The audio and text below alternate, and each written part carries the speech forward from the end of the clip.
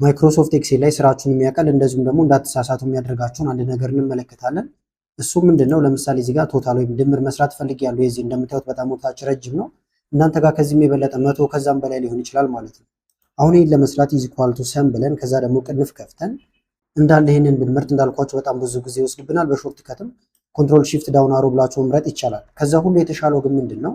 ስም መስጠት ትችላላችሁ። አሁን እኔ ጋር ለምሳሌ ተመልከቱት። ኢዝ ኢኳል ቱ ሰም ከዛ ቅንፍ ከፍቼ በአማርኛ ሊሆን ይችላል በእንግሊዝኛ ዋጋ ብዬ በጽፋውን ከዛ ቅንፍ ብል እንትን ብል ወዲያው ራሱ እንደምታዩት ይመርጥልኛል። ኢንተር ብል ድምሩን አገኛለሁ። በተመሳሳይ አቨሬጅም ለመስራት እዚህ ጋር አሁን አቨሬጅ ብዬ እንደዚህ ከጻፍኩኝ በኋላ ዋጋ ብዬ መጻፍ እችላለሁ። ከዛ በኋላ ቅንፍ ዘግቼ ኢንተር ብል እንደምታዩት ተመርጧል፣ ወዲያው ይሰራልኛል ማለት ነው። ከዚህ በተጨማሪም ደግሞ ለምሳሌ ሌላ ቦታ እየሄዳችሁ ፋይናላይዝ ማድረግ ያለባችሁ ነገር ካለ መደመር ፈልግ ያለው እዚህ ጋር ልምጣና ኢዝ ኢኳል ቱ ሰም የፈለኩት አሁን የዋጋውን ማጠቃላይ ይሄንን ወደ እንግሊዝኛ መጀመሪያ ልቀይረውና ሰም ከዛ ሄጄ አሁንም መምረጥ አይጠበቅብኝም። እዚህ ጋር መጣና ዋጋ ብዬ ጽፋለሁ ማለት ነው። ከዛ ቅንፉን ነክቼ ኢንተር ብል ወዲያው ድምሩ ይሰራል። ይህን ሁሉ ለማድረግ ግን ስሙን ማስተካከል አለባችሁ። እንዴት ነው የምታደርጉት?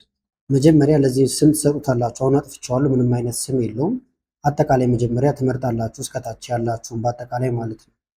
ከዛ በኋላ እዚህ ጋር ትመጡና ሬንጁን ስሙን መቀየር ማለት ነው ባጭሩ። በአማርኛም ቅድም የዋጋ ብዬ እንደጻፍኩት መጻፍ ትችላላችሁ። ከፈለጋችሁ በእንግሊዝኛም ካስፈለገ ፕራይስ፣ ደስ ያላችሁን ጽሑፍ የራሳችሁንም ስም መጻፍ ትችላላችሁ። ዋናው ለማስታወስ እንዲመቻችሁ ነው። ኢንተር ስትሉት አሁን ይሄ ሬንጅ እንዳለ ፕራይስ ተብሎ ተጠርቷል ማለት ነው እስከታች ያለው። ከዛ መስራት ስፈልግ ልክ ቅድም ሳደርግ እንደነበረው ሰም ቅንፍ ከፍቻውን ለምሳሌ ፕራይስ ብዬ ብጽፍ ቀጥታ እንደምታዩት በእንግሊዝኛ ሲሆን ደግሞ እዚህ ጋር የሚያመጣላችኋል እናንተ የሰጣችሁትን ስም ማለት ነው። ሙሉን መጻፍም ይቻላል። ከዛ ቅንፍ ዘግታችሁ ኢንተር ብትሉ ወዲያው ይመጣላችኋል።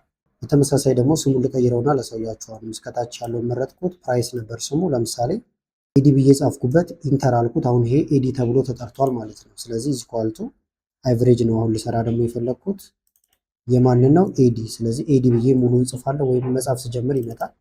ቅንፍ ዘግቼ ኢንተር ማለት ይቻላል ማለት ነው።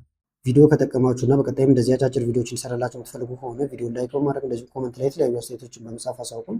ከላይ ኢንስክሪን ላይ የምታዩቸው ቪዲዮዎች አሉ፣ እነሱን እንድታዩ ጋበዝኳችሁ። አመሰግናለሁ በጣም ቻው።